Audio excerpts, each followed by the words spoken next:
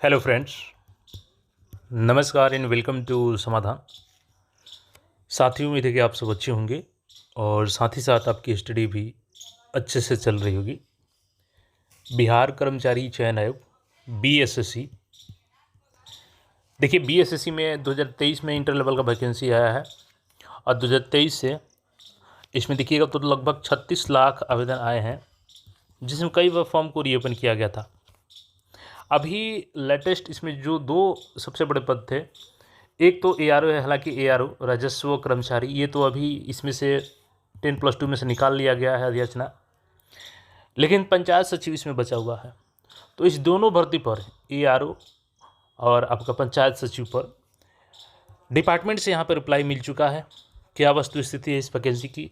और एक और चीज़, पंचायत सचिव की अगर बात करें साथियों, तो पंचायत सचिव में नई अधियाचना फिर से अभी भेजी जानी है, यानी इस पर प्रक्रिया चल रही है।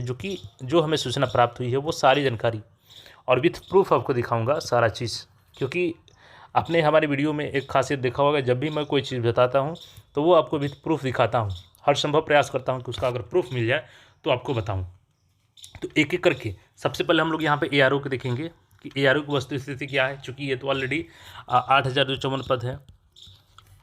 पहले से जो बीएसएससी में गई थी अधियाचना, उसको वापस लेते हुए कुल मिलाकर के CGL4 के लिए भेजा गया। उसके बाद आपने बीच में देखा कि वित्त विभाग का एक लेटर भी वायरल हुआ। तो ऑल चीज़ों को देखेंगे, लेकिन अभी जो लेटेस्ट डिपार्टमेंट रिप्लाई है उसको देखते हैं। तो सबसे पहले हम लोग एआरओ का देखेंगे डिपार्टमेंट रिप्लाई, फिर आपका पंचायत सचिव का भी देखने वाले हैं। देखिए यहाँ पे क्या लिखा गया है, मोहम्मद सरवर आलम माननीय सदस्य विधानसभा द्वारा पूछे जाने वाला तारांकित प्रश्न। तो ये प्रश्न किसने पूछा था, तो जो माननीय सदस्य हैं मोहम्मद सरवर आलम जी, इन्होंने पूछा था। इनका पहला क्वेश्चन क्या था, क्या मंत्री राजस्व एवं भूमि सुधार विभाग यह बतलाने की कृपा करेंगे। और मंत्री जी कौन है, तो डॉक्टर दिलीप कुमार जायसवाल, माननीय मंत्री राजस्व एवं भूमि सुधार विभाग पटना। ये तो हो गया राजस्व का भी पूरा। इसका जवाब हम लोग देखते हैं इसमें क्या जवाब मिला है सरकार से, और उसके बाद फिर पंचायत सचिव का क्या जवाब मिला है। ऑल चीज़ों के यहाँ पे हम लोग देखेंगे, और इन सारी चीज़ों को देखते हुए आप उस फाइनल कंक्लूजन पे जरूर पहुँचेंगे कि मे भी यहाँ पे इंटर लेवल का वैकेंसी आपको बीएसओ और सीजीएल के बाद ही पॉसिबल लग रहा है। देखिएगा यहाँ पे ऑल चीज़ों को मैं दिखाता हूँ आपको।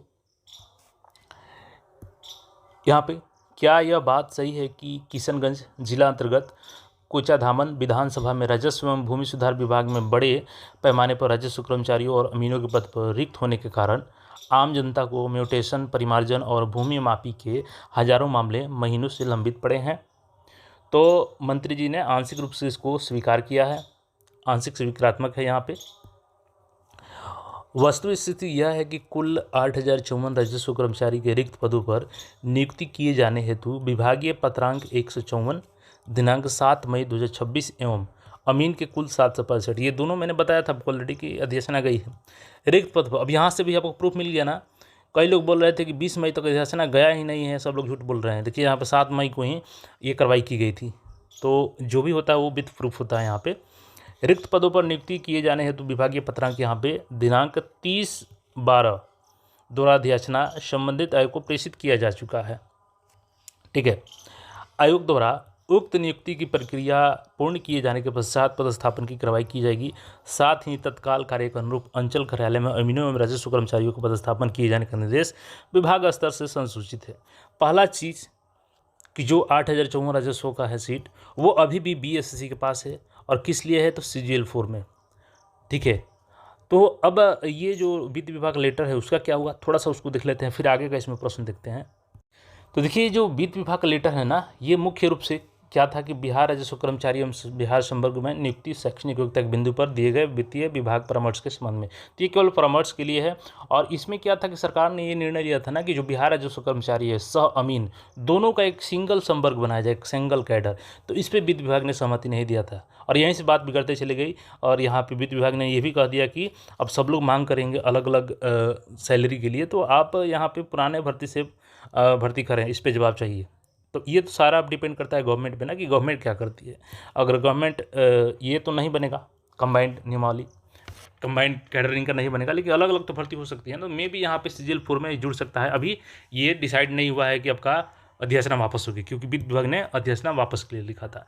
तो अब तक का जो लेटेस्ट जवाब है उसके अनुसार अभी भी वैकेंसी है किसके पास है, तो CGL 4 के पास ही गई है BSSC के अनुसार। आगे अगर इसमें कुछ अपडेट होगा तो वो आगे हम लोग बताएंगे। दूसरा जो प्रश्न है ये हम लोग से नहीं है संबंधित।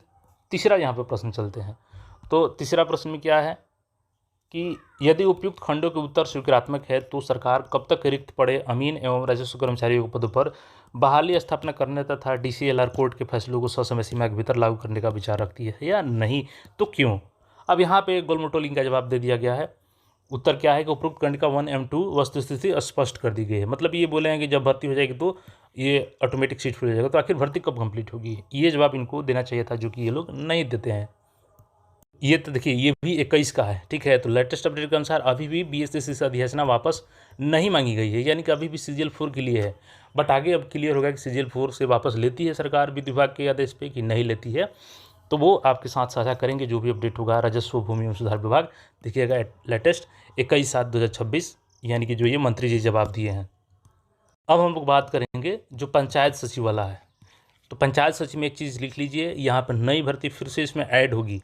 तो देखिए अभी इसमें समय लगेगा, मैं आपको दिखा देता हूँ। यहाँ पर देखिएगा सवाल किसने पूछा है, तो श्री रजनीश कुमार 143 तेघड़ा। तो तेघड़ा विधानसभा से हैं, माननीय सदस्य हैं बिहार विधानसभा से। ऑनलाइन तारांकित प्रश्न इन्होंने पूछा था, ठीक है। और बिहार सरकार पंचायती राज विभाग। अब यहाँ पे देखिएगा तो पहला प्रश्न क्या है कि क्या मंत्री पंचायती राज विभाग यह बतलाने की कृपा करेंगे, और इसमें फिर पहला क्वेश्चन है, देख सकते हैं यहाँ पे, क्या यह बात सही है कि बिहार के लगभग सभी पंचायतों में पंचायत सचिव, लेखपाल, राजस्व कर्मचारी इत्यादि की संख्या स्वीकृत पदों के विरुद्ध कम है और इससे पंचायतों के कार्यों का निपटारा समय से नहीं हो रहा है। तो मंत्री जी कौन है, तो दीपक प्रकाश जी हैं। यहाँ पे देखिएगा पंचायती राज विभाग, इन्होंने बोला कि हाँ ये बात सही है कि जो कर्मी हैं, जितने स्वीकृत पद है उसके अपेक्षा बहुत कम कर्मी कार्यरत है, तो इन्होंने स्वीकार किया है। अब जो इनका नेक्स्ट प्रश्न है सेकंड नंबर, क्या यह बात सही है कि बेगूसराय जिले के 215 पंचायतों के लिए मात्र 43 एवं तेघड़ा प्रखंड के लिए 13 पंचायतों के लिए मात्र 3 पंचायत सचिव नियुक्त है।